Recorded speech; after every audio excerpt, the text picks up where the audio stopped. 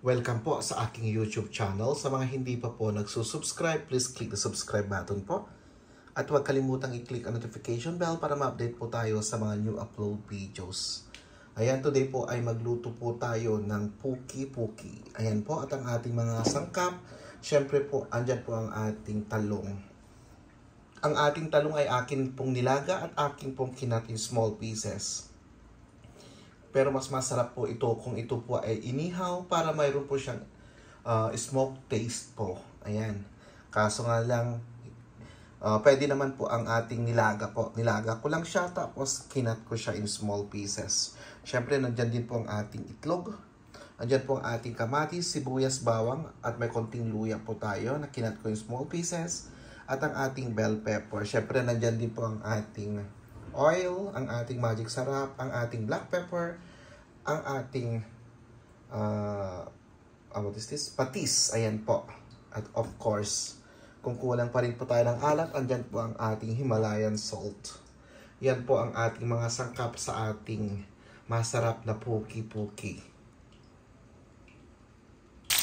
Ayan na po, inuna ko na po ang ating bawang. Susunod ko na rin po ang ating sibuyas. Ayan na po, nilagay ko na rin po ang ating sibuyas at ang ating luya. Ayan, binigisa ko na po ang ating bawang, ang ating sibuyas at ang ating luya po. Isusunod ko na rin po dito ang ating kamatis. Ayan.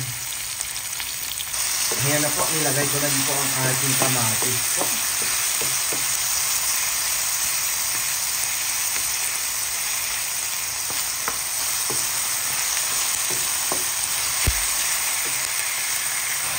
Ayan na po.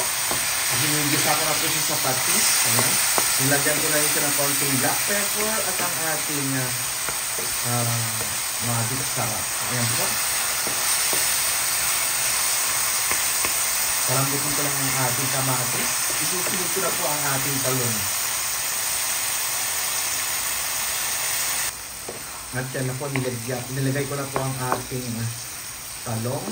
Ayan, tinikman natin kung okay na po yung lasa. Ituin lang natin. Actually, yung talong is malambot na po. Ayan, isusunod ko na po ang ating bell pepper. Ayan na po. Nailagay na po natin ang ating bell pepper. Gisa-gisa lang natin at make sure na okay na yung lasa. Then, isusunod po natin ang ating itlog.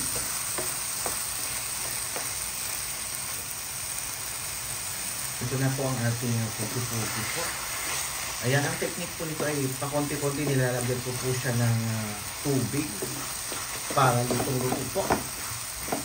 Ito po madurog-durog. Ano sa inyo po kung gusto nyo durog na durog, more time po. Ayan, okay na to sa atin. Yung lasa niya okay na rin. Ilalagay ko na po yung ating itlog.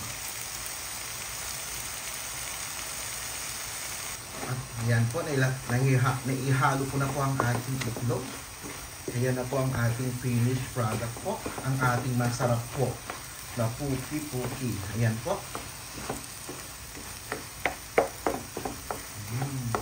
Pero advice ko po, mas masarap po kung yung talong ay inihaw po.